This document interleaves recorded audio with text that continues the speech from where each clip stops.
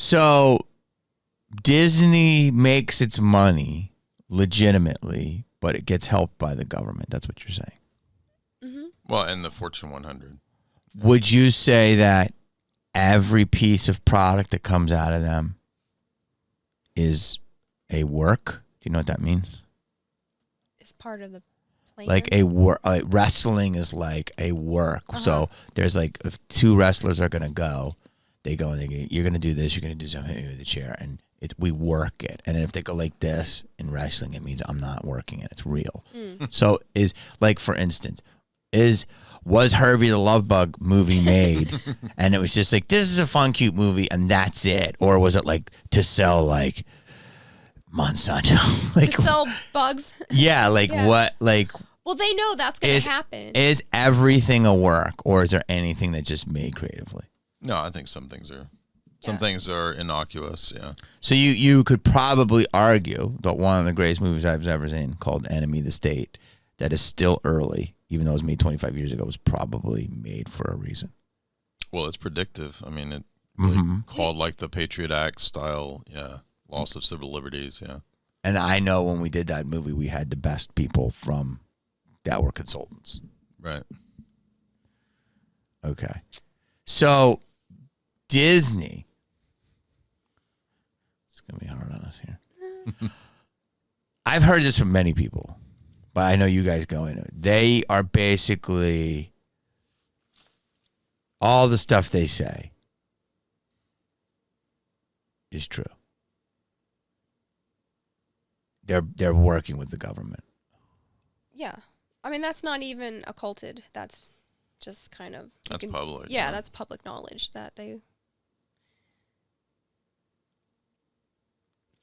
And also a big part of their agenda is to push magic and get children interested in occult things and magic. Because... They're all... I mean, the Magic Kingdom, right? Sorcerer's Apprentice is Mickey Mouse. They're all about magic of Disney. So I wrote a book. The first book I wrote was about ceremonial magic and all of this, and Disney was heavily involved in that first book.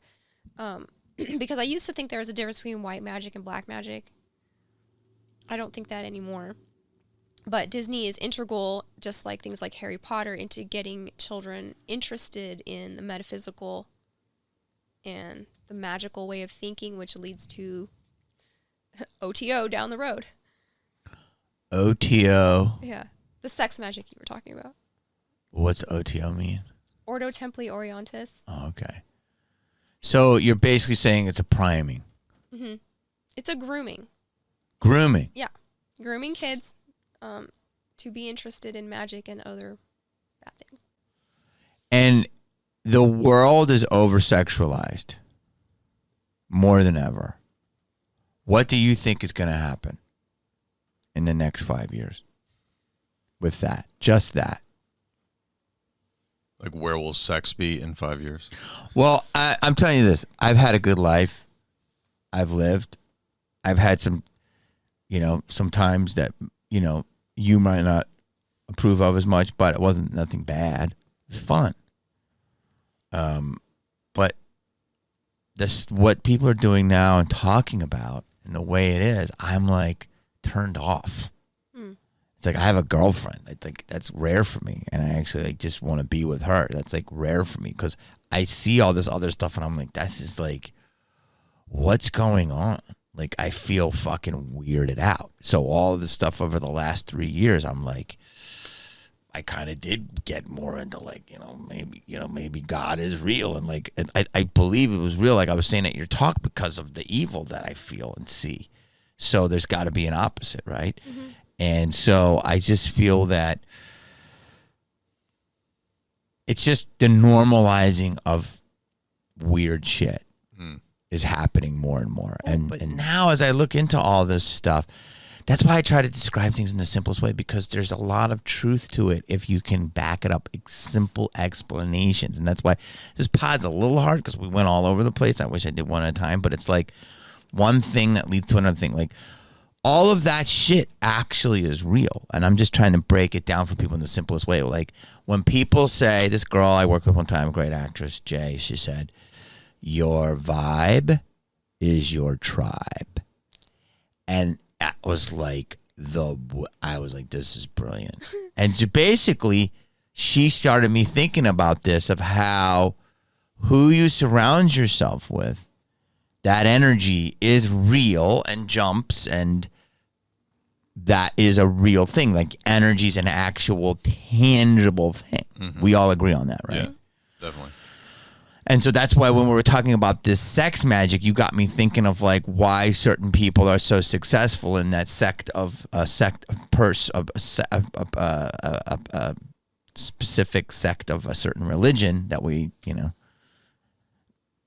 Scientology, and how some people are so successful. And I'm wondering now, and you just put it together in my head of why it works for certain them. Vibes.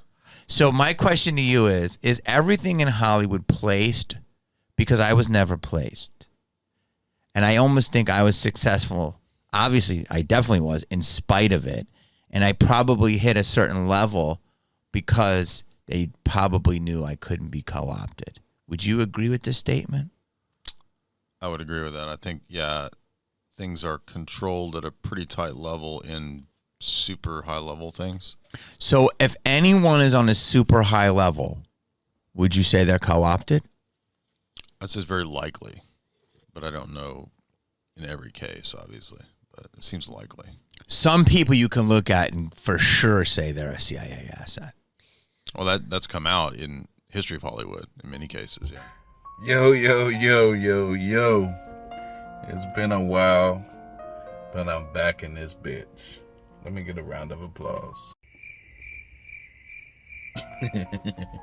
All right. Yo. So, back making podcasts, bro. I've been wanting to make a podcast for a little while now, but I just got my ducks in a row.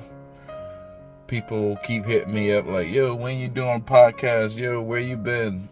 Blah, blah, blah. All this shit. So I've been, if you haven't seen me, I started a new channel also. It's called Go Deep TV. It's on YouTube. Check it out. It was like a little continuation of Go Deep with a little bit of extra stuff added to it. I've been doing photography. You can check out my photography page on Instagram, @Peely_photography. I put all those links in here, but we gotta crank some Go Deep back up. It's been a while since I made a podcast on this channel, but I remember last time I made a podcast, we were in the 2020 election season on this channel. Before that, I went hard from like 2016 to about 2020. And I do gotta say, all the shit that I said came true. Everything that I've been telling y'all came true in the podcast. I do gotta say, I can see that I got a lot of kids out here now in these podcast streets. I see a lot of people be biting my information, and that's cool because I put it out there for people to learn. I can see a lot of people, though they don't really cite my shit. Everybody I see from Candace Owens, Joe Rogan, PBD, Patrick Bet-David, everybody from all the little hood podcasts to fucking Black Hotep people, everybody, I'm pretty sure I have changed the world with the podcast called Go Deep. If you look at my shit over the years, if you just go back and you can binge watch Go Deep on this channel, you can look now and you see everything I've been talking about, from AI to alien life to fucking secret societies, politics, Donald Trump. Remember when I was talking about Donald Trump, there was nobody talking about Donald Trump, in support of Donald Trump, especially in the urban community. If you're a black dude in support of Donald Trump, back when I was telling y'all about Donald Trump, it was they called you a coon, they called you every fucking thing. You know, I stood up to that. I was before Kanye West. Kanye West is Peely Jr. Kanye West is Mr. West Jr. Everybody is fucking Junior, and I'm gonna be real, you know, but you know, I can't. This is, people be like, yo, be humble, but these are just facts, bro. These are just facts. Go Deep was out in front of everybody. Out in front of fucking everybody. And then people that's telling it now, back in the day, they wouldn't dare say this stuff. Candace Owens talks about, she was all political back in the day, but now I see some of Candace Owens shit. She talking about fucking sex magic in the original Suicide Squad, L. Ron Hubbard, and fucking, you know, all the shit. They all just watch Go Deep. Go Deep changed the world, and I told y'all that shit was gonna happen. So now we come back, and it's still, I'm still out in front, because a lot of people, they all the podcasts are now trying to be like conspiracy type podcasts, but they still don't go deep enough. And that's what we're going to do on this Go Deep. In this next season of Go Deep, we're going to go deeper. We're going to go so deep, we're going to crack the spell. This podcast is going to start. I'm going to snap my finger, and we're going to crack. We're going to snap this. We're going to break the spell, you know. And a lot of people are under a spell. A lot of people in this country is under a spell. If you saw this intro, Jamie Kennedy, you know, he had Jamie Kennedy has a little podcast right now, but he says some cool shit. He doesn't go as deep because he's in Hollywood, and he probably knows so much more, but you know, he plays dumb so he could get the guests to say shit. But he puts out a lot of good shit. But we're gonna go deep. We're gonna go so deep that once people learn throughout this season, all the podcast people are gonna learn. Joe Rogan, everybody. There's no way you can be counterintelligence, because a lot of times what I'm not gonna do is I'm not gonna interview a lot of people. I'm not gonna let a lot of people get on my podcast anymore, because a lot of people when I try to talk to people, they try to steer you off track. A lot of times they are in our chat rooms, and I'm not in many chat rooms anymore. I'm in a few chat rooms. Shout out to, well, I'm in really like one chat. I'm in a bunch of chat rooms, but I'm only talking like one. Shout out to everybody in that chat room. Shout out to Seal Nation, my homeboy Marcus, fucking Joker, Sickness. Shout out to them boys. Shouts out to the hashtag JL2 in theaters. Shouts out to Zack Snyder.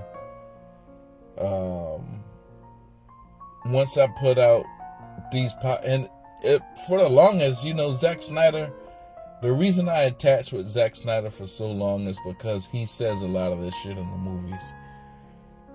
He put out Rebel Moon since I've been gone. Rebel Moon 1 and 2. Damn, Rebel Moon, he said a lot of deep shit in there.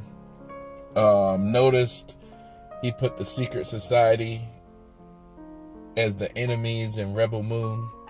A lot of symbolism in there. Great job. Let's see what else I watched since I was gone. I watched the Watchmen series for the first time. I really liked that. They made the Secret Societies the bad guys also. Cyclops. They went in. I think the Watchmen, it started out real good. I think it kind of was trying to end on some, we can't let Donald Trump get in the office type shit. But it did pretty good. But The ending kind of lost me when they started going a little hard on like white nationalism, because I know how Hollywood does, and that was just a shot at Trump supporters and shit like that. But if you look over the 4 years since I've been gone off this channel, now everybody's talking about Trump. Now everybody likes Trump. RFK's on Trump's side. When I left, he was a Democrat. Elon Musk is on Trump's side, and I still think he's like the Lex Luthor character, but he's holding it down for now, so I can't really shit on him. When I left before, he was a Democrat. The world has changed completely. The world has changed completely. Tulsi Gabbard's a Republican now. The world has changed completely. All black men are pro-Trump, dissing Kamala. It's so lovely. It's so lovely. Everybody now is understanding how the news goes at you, and everybody now is going back at the news. I remember back before, nobody even knew what Project Mockingbird was, and now they see it so easily. Now they see how the news is propaganda, mass manipulation, media manipulation on a mass level. But we're going to talk about it. Especially, I'm going to stop talking in this one because I'm going to put more of the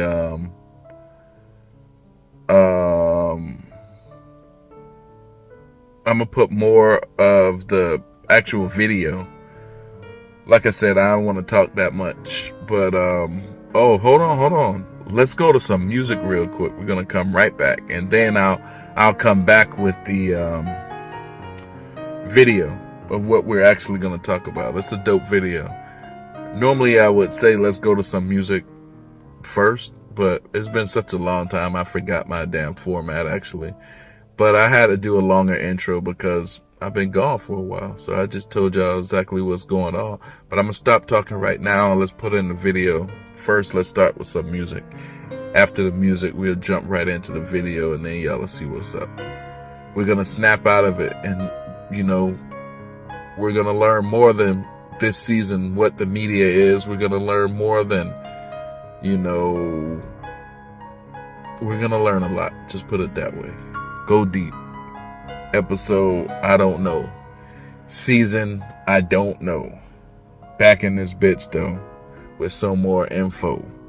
Yeah, bitch.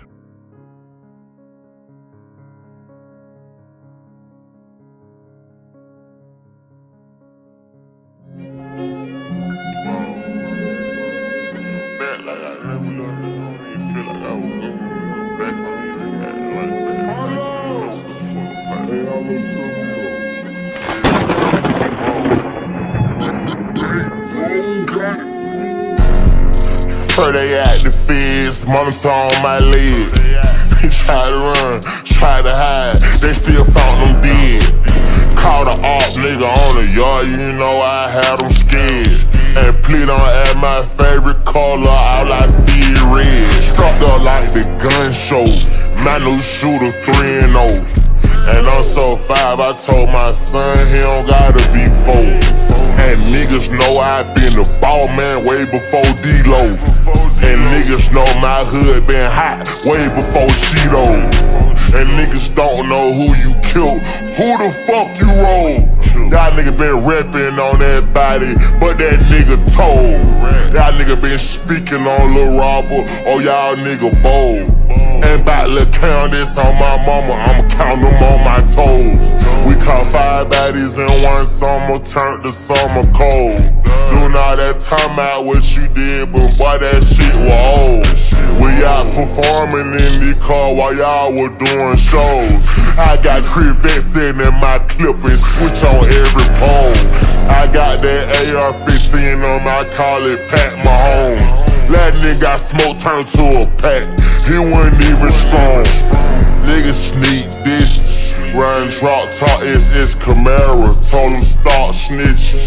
He all on IG with it, Glock, he still got pop with it. My life a movie, call it thug like with no park in it.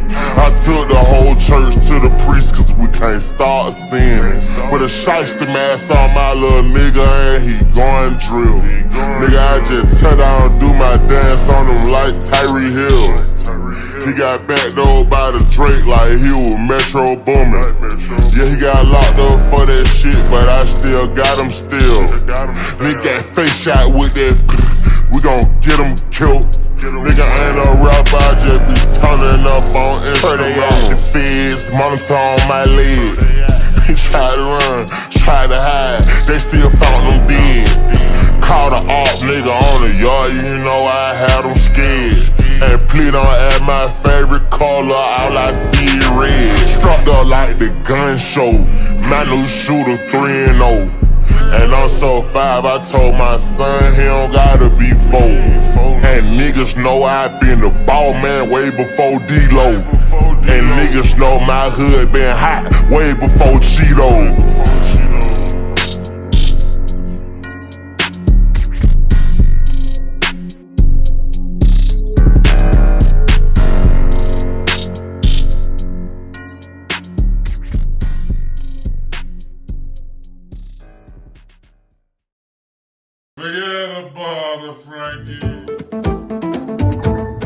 We are not professing to tell you the complete story of these activities. We are professing to tell you the complete story that we know. Right. But these records that we've uncovered don't tell the story. They tell pieces of it.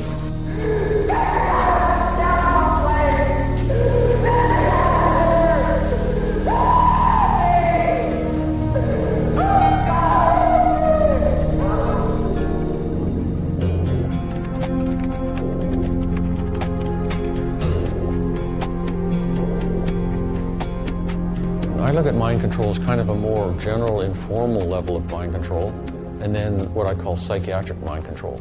So psychiatric mind control is there's actually a psychiatrist or a doctor right there interacting one-on-one with the person who's the target of the subject. The more kind of general global mind control just works by control of the media, control of information, disinformation, propaganda, and I think our culture basically is run like that. It's very pervasive. The basic gist of behaviorism is Pavlov's dog experiment, where you have the dog that eats its meal and it salivates when you put the meat out. Then when you ring a bell at the same time, the bell gets paired with the salivation. And then what you find, if you condition it enough times, you can just ring the bell and the dog will start to salivate. So that's classical conditioning. There's Skinner and Watson, both experiment on children. Skinner actually on his own daughter had her in a Skinner box for a good chunk of the first 2 years of her life, which was a very enclosed environment. It was actually physically a box. The temperature was controlled. And he thought that was a good way to bring up children and get them to perform exactly the way they should. So it's basically just repeating something and getting it ingrained in the person's psyche. And that basic principle is used in mind control, used in advertising, used all over the place all the time. When you look at the techniques that are used in mind control, a lot of them are pretty low tech, like sensory deprivation, sensory isolation, food deprivation, kind of good cop, bad cop interrogation techniques. We know that hypnosis more or less was used in Greek healing centers, BC. So all these techniques have been around, and I assume that what we have now is the same sort of palette of techniques with a lot of technology and sophistication added on top. Mind control has probably been around for tens or hundreds of thousands of years. It probably was well developed in ancient China. In terms of actual documented mind control, it really begins in the Second World War. During the Second World War, there was no, in the United States, there was no central coordinating intelligence agency. There's all this fragmented, different branches of the military, and the decision was made to create a central intelligence agency called the Office of Strategic Services, the OSS, which operated till the end of the war. And then there was kind of a 2-year lull period, and then in 1947 the CIA was formed. mostly from prior OSS guys. The buildings behind me were the headquarters for the World War II Office of Strategic Services. It was here that the first halting steps toward mind control began. The shaper and molder of OSS was General Wild Bill Donovan. In this anything-goes atmosphere, Donovan appointed this man, Stanley Lovell, a Boston industrialist, to break new ground in many scientific and technical fields. He later wrote of his OSS job that it was, quote, to stimulate the PEC's bad boy beneath the surface of every American scientist and to say to him, throw all of your normal law-abiding concepts out of the window. Here's a chance to raise merry hell. It was in this atmosphere that the search for mind control began.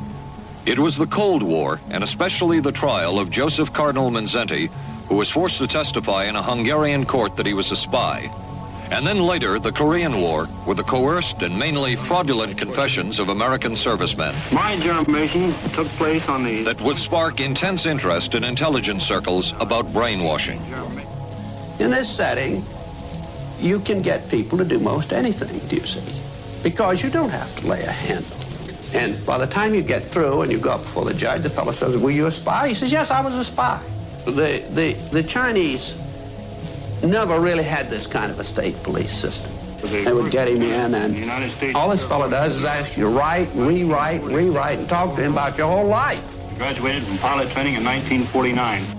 While the purpose of the study was to find out about communist brainwashing techniques, c.i.a. documents show that the agency was interested in developing mind control methods of its own to precondition and control Chinese living in this country to be sent back to their homeland as CIA agents.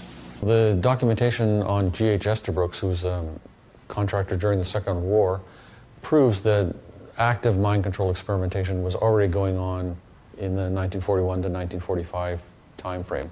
The Office of Strategic Services, which is the precursor of the CIA, was studying different types of drugs, interrogation techniques, and G.H. Estabrooks was creating super spies, Manchurian candidates, using hypnosis and other techniques that were used operationally during the war. And the OSS then was shut down at the end of the war, and most of the personnel then became the new CIA in 1947. And the CIA's programs begin in 1950 and run forward to 1973, and then after 1973, everything is classified. The man who would oversee the CIA's research into drugs and most of the agency's behavior programs is this man, Dr. Sidney Gottlieb, a chemist. He retired in 1973 and destroyed the records of this work. In sort of a valedictory letter, Dr. Gottlieb wrote that he and his colleagues had been able to maintain contact with the leading edge of developments in the field of biological and chemical control of human behavior. Dr. Gottlieb also testified before the Senate subcommittee, but from an anteroom where he could not be filmed. Qualifications would be the subject selected to produce the kind of behavior that you wish, the amount of time, the procedures that are utilized, and the motivations of the people who are designing, executing, and administering the procedures. You're asking whether an individual can be, under hypnosis, influenced, coerced, persuaded, shaped to perform an antisocial act, or a destructive act, or an act of violence. My answer would be yes. This term Jekyll-Hyde personality is used repeatedly by G.H. Estabrooks. He, at various times, did seminars on military uses of hypnosis and creating the super spy on a variety of different military bases. In 1943, in his textbook Hypnotism, and as late as 1971 in an article in a magazine called Science Digest, he describes creating Manchurian candidates, which is artificial multiple personality, just like the Bourne identity, during the Second World War for operational use on contract to the Army. He would create, there's Jones A as the original guy, then he would create Jones B, which he called a Jekyll-Hyde personality. So he used this phrase Jekyll-Hyde personality quite a lot. And an example of an operation would be Jones is called in to see this colonel, and the colonel has been told what the hypnotically implanted code word is. It's "the moon is clear." So this guy comes in, he thinks that he's being sent to Tokyo on a routine, unclassified courier assignment. He's given the assignment, and then the military guy in Washington goes, "The moon is clear." Jones B comes out, the military guy in Washington gives him the classified information, flips him back to his regular self. He flies over to Tokyo. The colonel at the far end says, "Oh, hi, nice to meet you, thank you." That's the above board assignment. The guy at the far end says, "The moon is clear." Out comes Jones B, gives him the information, the response is inserted, back he goes. And he describes these guys having complete amnesia for the operation and being used operationally in a variety of settings during the Second World War. The typical way that you hypnotize somebody is you either, you don't actually usually use the swinging wristwatch anymore, but you use kind of relaxation, close your eyes, feet are getting warm, all the way up your legs, hands, whole body's getting warm and relaxed, you're going into a deep, deep sleep. And you're basically getting the person to narrow their attention and focus on you and heighten their suggestibility so that they'll comply with the things you're doing. And you can use hypnosis in a kind of direct, obvious way, where, hello, I'm going to hypnotize you, here's what I'm going to do. Or you can also do it in a kind of indirect, more tricky way the person barely notices. The whole purpose is to focus awareness, put distractions out of your mind, and be more open to suggestions. These mind control programs for creating Manchurian candidates don't just use hypnosis or just LSD or just interrogation techniques.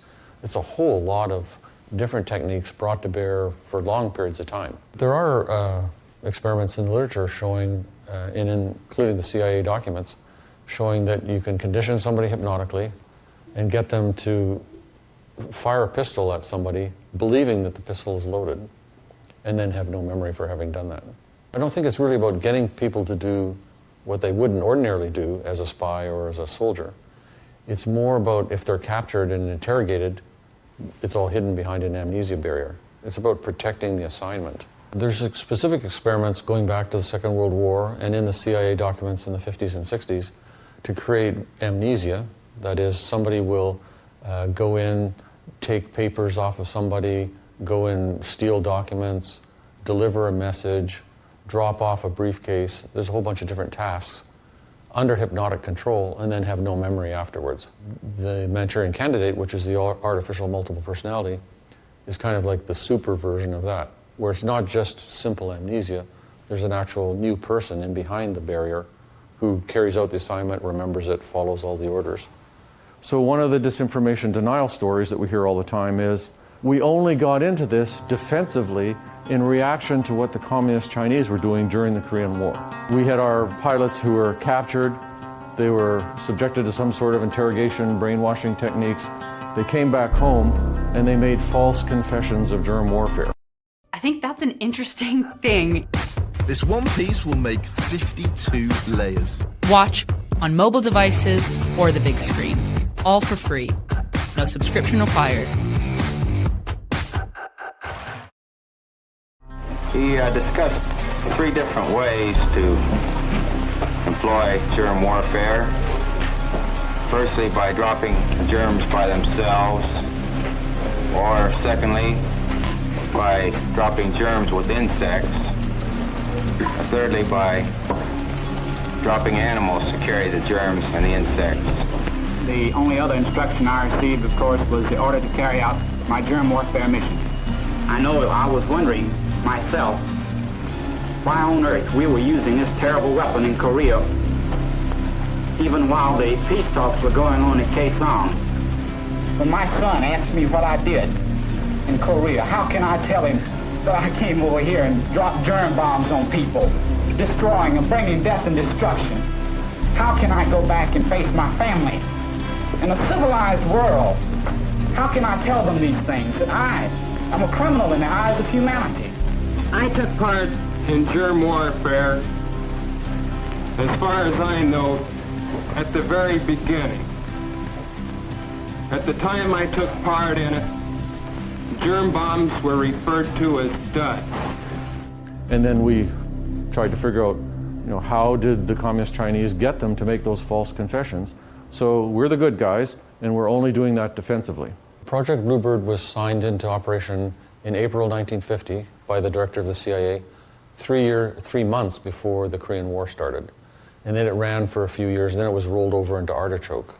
So Project Bluebird, Project Artichoke are really kind of the same thing. The Artichoke team did interrogations on U.S. soil using the so-called artichoke technique. And the artichoke technique involved IV alcohol and drugs, interrogations, safe houses, a variety of different techniques. And the purpose was to try and extract information from a foreign person that was being interrogated. And it also describes erasing memories and implanting false memories that will act as a cover for what really happened. There's a heading in some of the Bluebird documents called The Problem of Disposal of Subjects, what to do with people. And it discusses killing them or the option of using the artichoke technique to erase their memories. MKUltra was part of a series, so it went from Bluebird in 1950 into Artichoke, into MKUltra in the 50s, which ran into the 60s, and then it was rolled over into MK Search, which ran into the early 70s.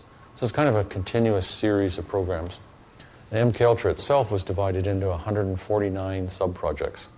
There's actually 4 MKUltra sub-projects on children. This is sub-project 103 in 1959, the Children's International Summer Village. The investigator got money through Human Ecology or one of the other front organizations. I think it was Human Ecology. And apparently legitimately didn't know it was CIA money. All these kids are brought there to be at a summer camp. And the academic was studying how kids communicate when they don't share a common language. That was the project. The purpose of the project is to establish a relationship with young foreign nationals who may be of future interest to the agency. In 1938, Dr. Albert Hoffman in Switzerland was looking for new drugs in the treatment of migraine headaches. He had been studying substances that came from the molds that grow on rye plants. Now, it turned out that these substances were of no use in the treatment of migraine headaches, but subsequent investigation showed that they are very fascinating indeed in the changes that they produce in our mental state. LSD was invented kind of by accident in the early 1940s at Sandoz labs in Switzerland. Albert Hoffman was the chemist who kind of stumbled on it and ingested some and went on an LSD trip. The Navy appears to have started LSD experimentation in the late 40s. The CIA got into it starting in 1950. And there was a lot of excitement amongst the contractor doctors for civilian therapy use of LSD. That is actually a therapeutic tool. I give the CIA a total credit for sponsoring and initiating the entire consciousness movement, counterculture events of the 1960s. Dr. Timothy Leary, the 1960s Johnny Appleseed of LSD. The CIA funded and supported and encouraged hundreds of young psychiatrists to experiment with this drug. The fallout from that was that the young psychologists began taking it themselves, discovering that it was an intelligence-enhancing, consciousness-raising experience. The CIA's interest in LSD was intense. The worry was that the Russians would get hold of it. Were the Soviets into LSD? I'm going to have to say I'm sure they were, but if you ask me to prove it, I've never seen any direct proof of it. But at one point, intelligence information received from Switzerland said that Sandoz Laboratories was about to put 100 million doses of LSD on the open market. And it caused enough concern within the agency that the United States was prepared to buy the entire supply. The CIA was concerned that the Soviet was going to buy up the entire world's supply of LSD from Sandoz Pharmaceuticals, which they wanted for their own mind control experimentation and interrogation. So they contracted with Eli Lilly Company in 1953 and 1954 for $400,000, which was a lot of money back then, to manufacture and supply a secure quantity of LSD to them. So the first manufacturers and distributors of LSD in North America was Eli Lilly Company. LSD works on the serotonin system in the brain. The first selective serotonin reuptake inhibitor antidepressant, which works on the serotonin system, was Prozac, manufactured by Eli Lilly Company. So how they developed their expertise in brain serotonin physiology was by being the first manufacturers of LSD. Lilly has been for a long time really committed to discovering and developing medications to help people with serious mental illnesses, certainly including depression, and of course Prozac, which is arguably the world's most widely recognized antidepressant, has been marketed since 1987 and is the drug which, as several people have noted this morning, is the first and the only antidepressant which actually has a labeled indication for the treatment of children who are depressed. This is a very small quantity of LSD-25, but all investigators report that it is enough to produce a temporary psychotic dissociation state in any healthy adult. The scene which follows shows what happened to Ronnie after he drank the LSD-25 solution. I'm going to give you this cup that contains lysergic acid, 100 micrograms. I have to maintain my attention. It's an effort to talk to you right now, for instance. Reality. It seems to feel that I'm going to watch it. You have the feeling that the rock feels that you are watching. Is that correct? Well, somehow or other, I think that I'd like to rescue myself from the idea that there's so many different realities here. I'd like to find out what reality I'm in. Does it seem like you've been here a great long time? I've lost all time perception. Just trying to keep things or true situations, trying to be aware of it, trying to stay in contact with reality. Have you felt a waxing and waning of reality? Well, sometimes I've been confused about which is reality and which isn't, and what little situations I was aware of noises, for instance, that may have been to annoy me and may not have been, and rather than investigate, I just sort of let them go. This feeling comes over me of almost like the singing, of angels or something. I think it's the soundtrack or the film going through the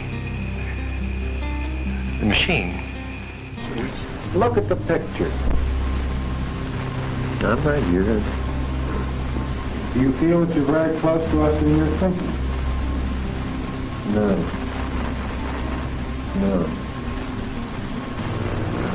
Can you tell me anything about your thinking now? Ron? I seem to wake up to a new world. The same situations, same people and environment, and yet everything, that is my mental state, my life, had been altered. I can't understand. There's something about this. No more too, man.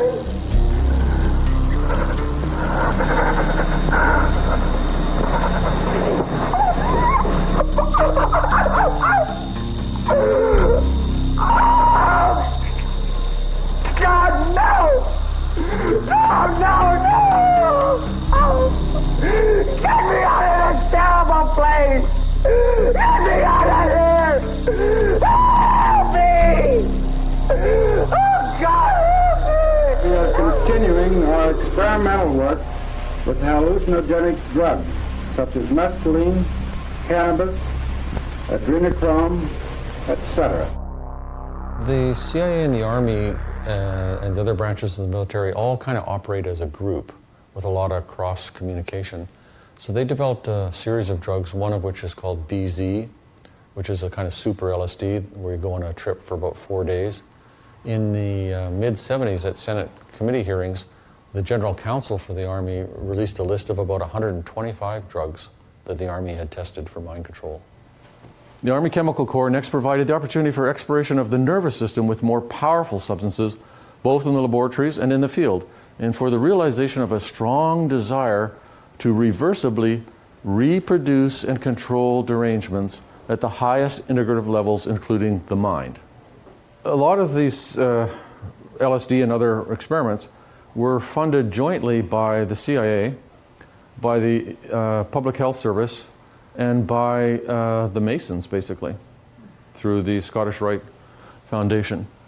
The cutout organizations, the front organizations, are called cutouts. The Human Ecology Foundation, which was one of the front organizations through which the CIA funneled money to other investigators who often legitimately didn't know it was CIA money.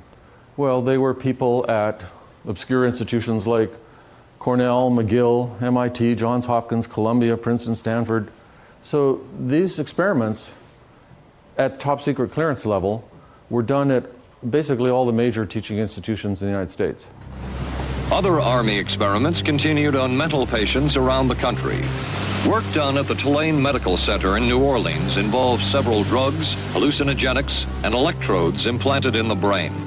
The chief researcher was Dr. Russell Monroe, now head of the psychiatry department at the University of Maryland. Was this patient aware that she was being given LSD? Yes, I mean, they were told that they would be given some medication, and they should have Specifically LSD? Well, we told them, I don't think that they would have even known what LSD was then at the time. They were told that they were going to they would be given some medications which might make them feel worse. They were looking for an incapacitating agent, an agent that would not harm the person permanently, but would incapacitate them temporarily. That seemed like a humanistic way to wage a war, if war is necessary. Back in the days when I first came here, there was a famous therapy program that operated in Oak Ridge for over a decade. And this program specifically targeted and tried to help serious mentally disordered offenders, people who'd done very serious and terrible crimes. The goal of the program was to try to help these people understand their own behavior, their own motivations, their own background, in an attempt to try to help them avoid that kind of violent behavior in the future. And it was a very radical program in the sense that it used techniques that had not really ever been tried before. The program, for example, used a lot of what we called in those days defense-disrupting therapies. This defense-disrupting therapy, for example, would have people involved in these very long-term group therapy sessions. They might last, 48 hours, with people not sleeping. The idea, of course, here was that by depriving people of sleep for these kinds of periods of time, their defenses and their masks, if you want, would be lowered, and people would be able to reveal and understand each other's deeper inner selves. They also used some defense-disrupting drugs, most famously LSD, but more commonly they used things like scopolamine or even alcohol to try to get this mask or this outer self peeled away so that the participants in the program would be able to more clearly understand themselves and each other. It was quite fascinating to me and to my colleagues that this program had been going on for such a long time, was so highly regarded, and it was still going on when I first came here in the 70s. The most chilling experiments we have uncovered took place at this Gothic estate called Ravens Crag, halfway up Mount Royal in Montreal. It houses the Allen Memorial Institute of Psychiatry of McGill University. It was here that the CIA funded a series of experiments, severe experiments. The work was done by the Institute's then director, Dr. Ewan Cameron. It is the closest experimentation to brainwashing yet disclosed. His work, unprecedented in psychiatry, consisted of 3 areas which he called sleep therapy, psychic driving, and the ultimate depatterning.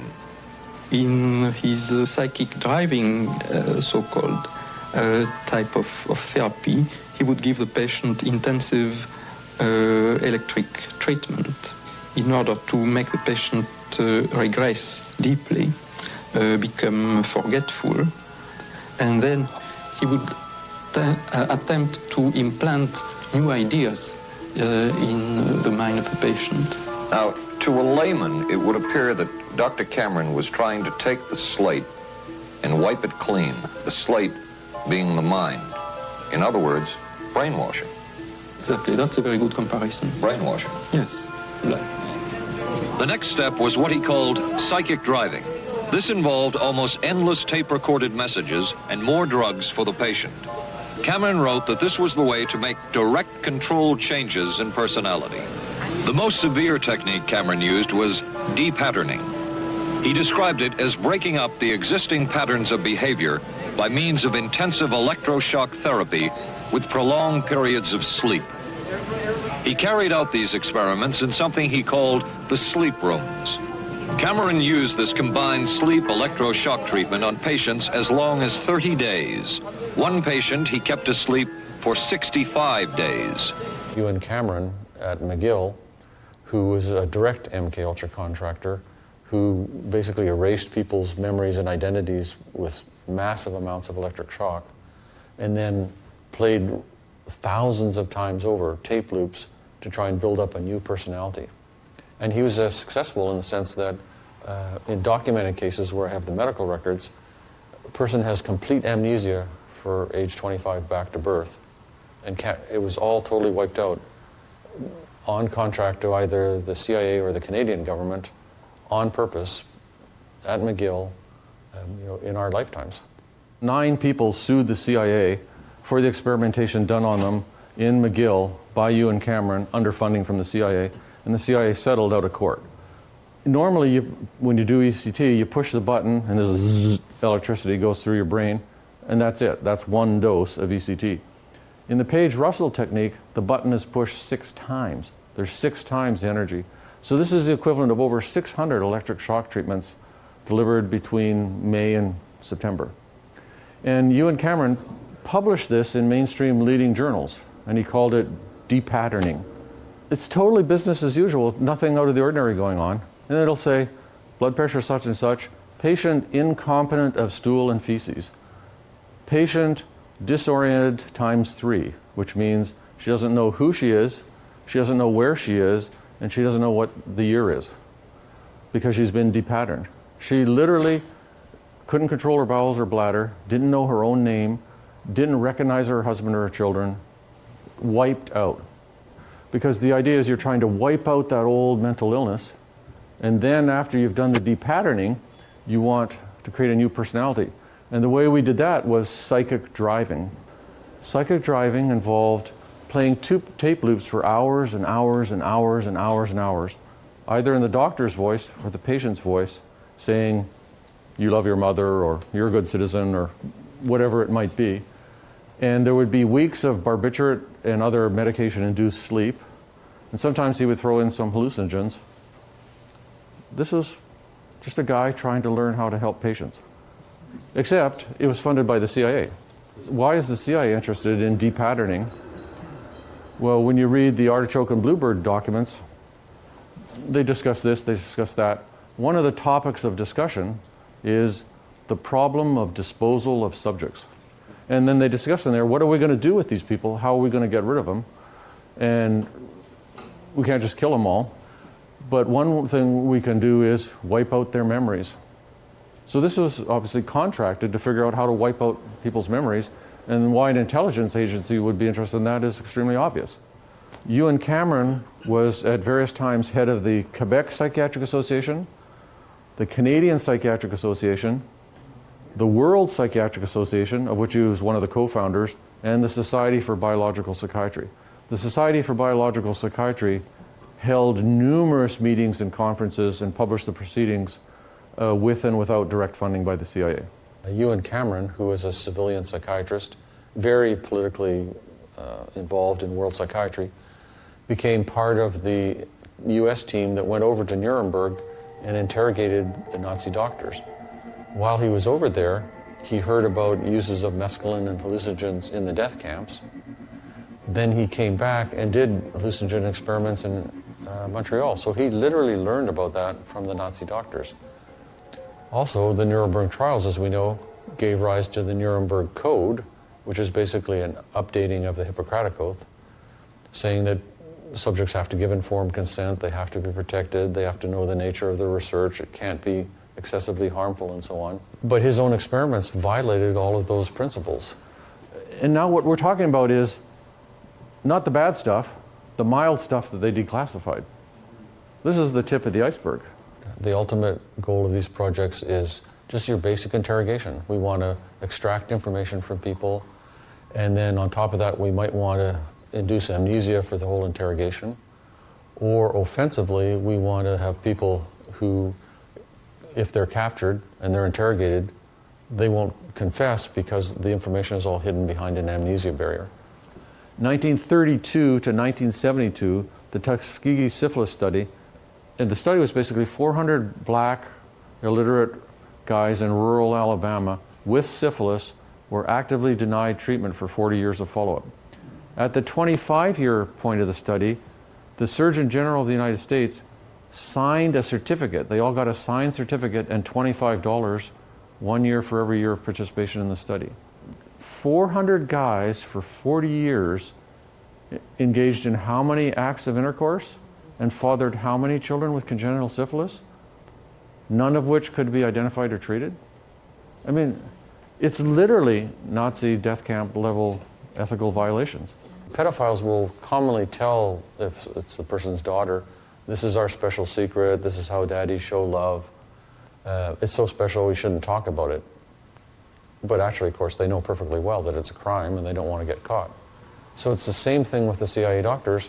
They know that it's so outrageous to say, hi, I'm being funded by the CIA. They're trying to figure out how to interrogate people and wipe out memories. Would you mind participating in an experiment where I can help teach the CIA how to do that? It'll never get approved by the ethics committee. No patient will ever consent to it. So they have to consciously, deliberately cover it up. The effort to cover it up is just kind of saying, oh, it's a funny coincidence, reporting it in the mainstream media. Everybody kind of goes, well, that's good, what's on TV tonight? And it just kind of passes by. And that's kind of the way the cover-up of all this mind control experimentation worked. It's not that it didn't happen, it was published in all these mainstream journals. And at the bottom of the papers, it often says, funded by Department of the Army, funded by U.S. Office of Naval Research, funded by Air Force Office of Scientific Research. It never says funded by the Central Intelligence Agency. But we know that just from reading the journals that it's military funded at a minimum. And I think that the mainstream media is just more and more and more and more of a propaganda arm and less and less independent all the time. 80%, in Gallup surveys, 80% of people in the United States do not believe that Lee Harvey Oswald acted alone. So only 20% of people have bought that story. I mean, we just live in a whole culture of fake stories. A woman comes to the emergency department claiming that her boss at her university made her sit in a room entirely lined with leaves and gave her a bunch of LSD, and she's had a bad trip and now she's in the emergency department. This is the Ames Leaf Room, called the Ames Leaf Room because it was designed by Dr. Ames on contract to the Office of Naval Research. It's basically a box that's got leaves glued to all the walls, and it's open at this end. You can look into it. The subject is sitting in the Ames Leaf Room, and he's got two knobs that he can move to adjust that white bar that's at the far end of the room. And he's got it adjusted so it appears to be perfectly horizontal to him. While he's in the Ames Leaf Room, he's wearing these goggles that have special lenses called anisoconic lenses that distort all the angles so that nothing seems to meet up properly. It's all out of perspective, doesn't make any sense. And he's high on LSD, funded by the Air Force. So as a result of this experimentation, Dr. Marazzi was able to determine that if you sit in a leaf room wearing lenses and you're high on LSD, you can't see straight. This is incarcerated sex offenders are the experimental subjects here. The psychiatrists involved all are former military psychiatrists, documented fact, and they're cleared at top secret under the MKUltra contract. And what they do is they give these guys LSD, marijuana, barbiturates, and they interview them, aka interrogate them. And the purpose of the project is to try and get them to confess to sex crimes that they've never been charged with. And the purpose of that is because you want to see if you can give this concoction of different techniques to an enemy agent or some person of interest, will they confess to something that they wouldn't otherwise have confessed to? Intelligence is nothing really other than information and knowledge. For the days of Socrates, by various methods, and even before that, mankind has been seeking knowledge of everything that influences his own life or the life of the nation to which he belongs. But the idea that it is necessarily nefarious, it's always engaged in overthrowing governments, that's false. At no time has the CIA engaged in any political activity or any intelligence activity that was not approved at the highest level. The KGB is one of the most sinister organizations that ever was organized. Do we have an application of morality in our activities they don't? Oh, far more than they do, yes. Could you talk on that subject? Well, only that, as far as I know, we don't engage in assassinations and kidnappings and things of that kind. As far as I know, we never have. As far as we know, they have, and done it quite consistently. Given the caliber of the men and women I had working for me, I didn't want to ask them to do a thing that I wouldn't do. In my position in the CIA, I had a chance to know of and remotely to observe many operations. And I will not deny that there were occasions when the Americans involved in these, as it were, out on the front, had, as people do in wartime, to undertake actions that were contrary to their moral precepts. You can't take on operations of this, covert operations, or covert for that matter, of this scope, draw narrow boundaries of policy around them, and be absolutely sure that those boundaries will never be overstepped. I can assure you that the CIA, when I was there as director, and I'm quite sure it's the same with Mr. McCone, has given these committees full information about what it's doing, how it's spending its money, and how it operates.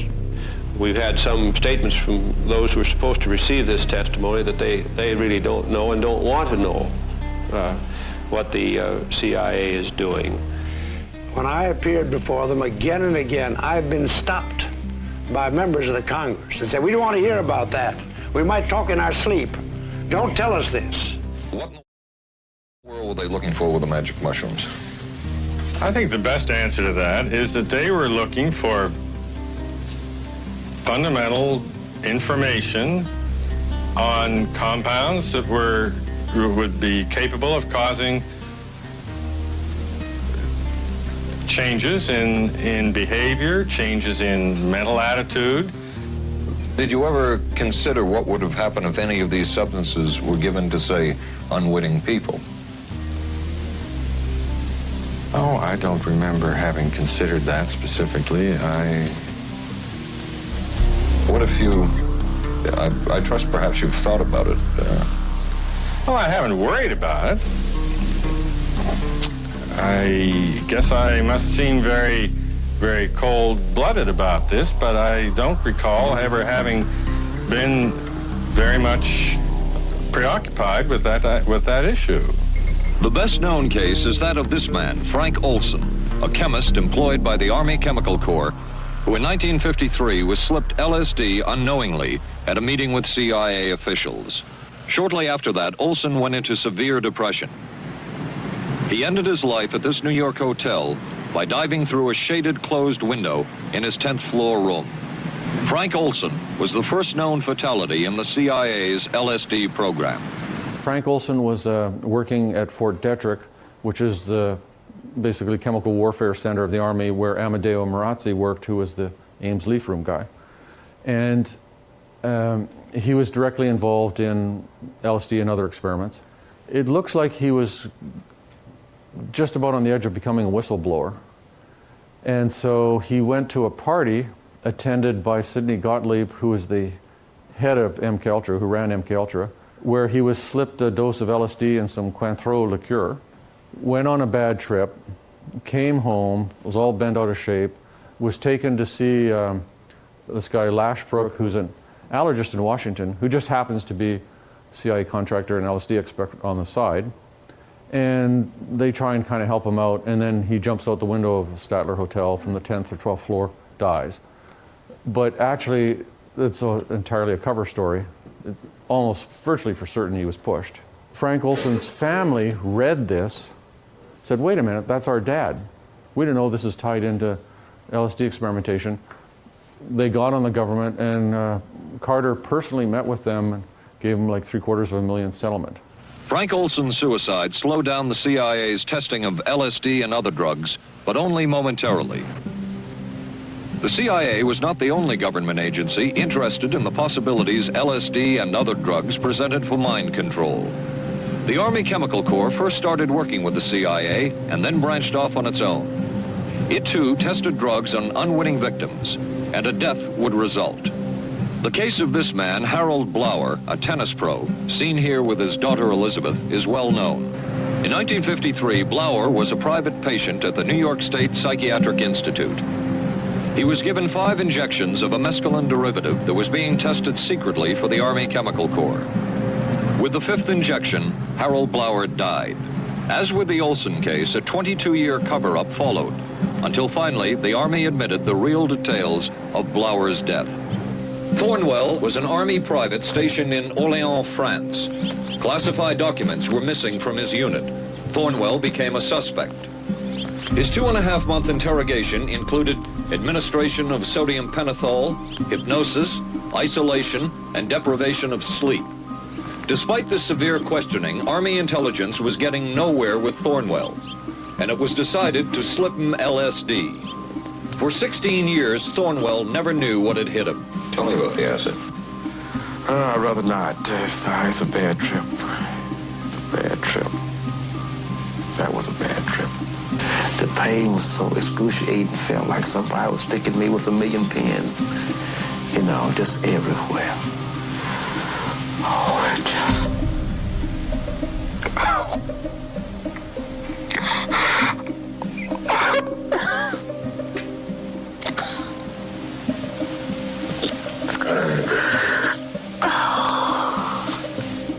From the Army's point of view, this type of LSD interrogation was a success. Other documents refer to the exploitability of interrogation subjects, cracking them, keeping them off balance mentally, and providing an economical, speedy, and productive aid to interrogation. This bizarre man would be an active participant in that search over the next 2 decades. His name is George White, an OSS captain who had formerly been with the Bureau of Narcotics. He received his early OSS training at the British-run school at Oshawa, Canada, the same school where Ian Fleming, the creator of James Bond, was trained. White referred to the school in his diaries as the Oshawa School of Mayhem and Murder. George White worked with the Truth Drug Committee here at St. Elizabeth's Hospital in the nation's capital. They experimented with mescaline, scopolamine, and marijuana on unwitting victims. The committee soon learned there was no easy panacea, no truth drug at this stage. But White and later colleagues would not stop trying. The goal remained the same. As this 1952 CIA memo says, the aim is controlling an individual to the point where he will do our bidding against his will, and even against such fundamental laws of nature as self-preservation. White set up so-called safe houses for the CIA in New York, here in Greenwich Village, and later in San Francisco, in this hotel, and in an apartment atop Telegraph Hill with a commanding view of San Francisco Bay. While the existence of these safe houses was disclosed last year, details of what took place within them has not been told. A former CIA official who worked in the safe houses reveals that they were used not only for drug testing, but to study sexual behavior and how it could be used to manipulate people. George White hired prostitutes to go to bars and pick guys up, bring them back to the safe house, have sex with them and slip them LSD without their knowing it, and the CIA guys would make scientific observations of this through the one-way mirror.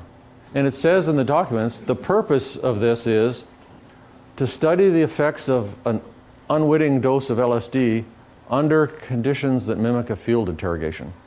Just down at the bottom it says, it's a lot more difficult than you would think to create these Jekyll-Hyde personalities. So Jekyll-Hyde personalities equals multiple personality, equals the Manchurian Candidate. So why is there a comment about the difficulty of creating Jekyll-Hyde personalities when there's only one contact with each of the Johns? He has sex and he gives LSD. You can't possibly be creating a new identity in that guy. So the only possible person you could be creating a new identity in is the prostitute. These are Manchurian Candidate prostitutes who were being run through simulations to see whether they could turn a trick and attempt to extract information from the guy, and maybe LSD would help with that. These are unwitting civilians, haven't given informed consent, don't know they're getting LSD, and there's no follow-up. How did they go off the rails? Did they have fun? Did they go home? What happened? No idea whatsoever. Absolute and total violation of medical ethics. And there's doctors under MKUltra and MKSearch directly involved in this experimentation. In terms of the Manchurian Candidate, the idea is to use hypnosis, drugs, fear, terror to split off part of the mind. And then you can get control of that part of the mind separately, and that part of the mind can carry out missions. You could use sexual torture, you could use witnessing torture of others, you could use physical torture, mental torture. There's really no limit to it. Louis Jolyon West is known as Jolly West because he's a very jolly guy, I assume. Top secret cleared MKUltra contractor. One of his greatest accomplishments was killing an elephant at Oklahoma City Zoo with a dose of LSD. Louis Jolyon West, Martin Orne, Margaret Singer, and Robert Lifton were expert witnesses at the Patty Hearst trial. She's in her apartment with her boyfriend Stephen Weed when the Symbionese Liberation Army storms in, guns literally blazing, there's gunfire. Her boyfriend Stephen Weed's knocked out with a rifle butt. She's put in the trunk of the car, taken away to the Symbionese Liberation Army safe house, where she's kept in a closet for 45 days. There's mock FBI raids during which she thinks she'll be killed at any time. She's raped in the closet, extreme sensory deprivation, sensory isolation. She then subsequently participates in a bank robbery under the name of Tanya and is photographed during the bank robbery. There was a murder in Dallas, so they called him in to examine the murderer, whose name was Jack Ruby. Now flash forward to the 1995s, Timothy McVeigh's arrested for the Oklahoma City bombing, taken to Tinker Air Force Base where he alleges that a computer chip was removed from his buttocks, and a psychiatrist has brought in Louis Jolyon West. He was involved in the UCLA Violence Project, which was actually approved by Ronald Reagan when he was the governor of California, but shut down by public protest before it actually became operational. And they were going to take sex offenders, put electrodes in their brain, and there would be both a tracking electrode and an immobilization electrode, basically. So they would track these guys when they were released from prison. If they went outside a restricted area, a signal would be sent to their brain, immobilizing them, and the police would come pick them up. Going back to the 50s, in the c.i.a. military documents, and also in the general psychiatric and medical literature, there's very clear descriptions of putting electrodes in people's brains and then stimulating those electrodes with radio waves from a remote transmitter box and controlling the person's behavior, dramatic changes in behavior and mental state. Now we're at brain electrode experiments at Tulane. Robert Heath, what he did is he put electrodes in this gay guy's brain, who was 19 years old, and he studied his brain electrical activity, and then he hooked him up to a little belt. So I've got a little belt here. On his belt, he had a button in a box, and he could push the button because the wire went from the box to the electrode into his brain, and bring himself to kind of a pre-orgasmic state. So they had to take the box away from him because he pushed the button 1,500 times in 3 hours. They had him watch heterosexual pornography over and over and over and over while in a pre-orgasmic state to try and condition him to become straight. Jose Delgado, you can actually find him on YouTube. You can see the video where he's in the bull ring with the bull that comes charging at him. The bull's got electrodes in his brain. He pushes the box and the bull just goes over there. Neurophysicist Dr. Jose Delgado was financed by the Office of Naval Research. In this experiment, the bull is sedated. Electrodes are implanted in its brain. Delgado transmits an electronic impulse to the center of the bull's brain. Delgado has remote control of the animal. Recently released CIA documents refer to the feasibility of remote control of animals, and that special investigations will be conducted toward the application of selected elements of these techniques to man. This is his book, Physical Control of the Mind. We need a program of psychosurgery and political control of our society. The purpose is physical control of the mind. Everyone who deviates from the given norm can be surgically mutilated. Man does not have the right to develop his own mind. This kind of liberal orientation has great appeal. We must electrically control the brain. Someday, armies and generals will be controlled by electrical stimulation of the brain. This is a Yale professor of neurosurgery. He literally wanted electrodes in every brain in the population. The controlling elite would be so small, even the generals would have electrodes in their brains. No doubt, like everything else, it's become more miniaturized, more computer sophisticated, and probably can be controlled from satellites now, I would assume. There's documents going again back into the 50s under MKUltra showing using either sound waves or electromagnetic waves that you can knock monkeys out, knock human beings out, make them disoriented. Unwitting civilians have been exposed to hypnosis, LSD, chemical, biological, and radiological weapons. We know that these non-lethal weapons exist, that they can affect your mental state, your behavior, they can cause pain, they can cause confusion, they can knock you out. What are the odds that those weapons have never been tested on unwitting civilians?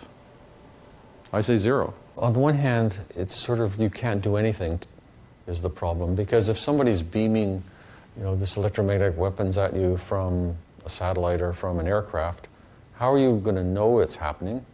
How are you going to prove it's happening? And how are you ever going to get them to stop? It's impossible. On the other hand, I think that by far the best way to protect freedom and democracy is think critically, don't buy everything, research it, and be aware that you're subject to an awful lot of propaganda. We lack the trained men who would be able to plan and implement operations in an area we think is vitally important.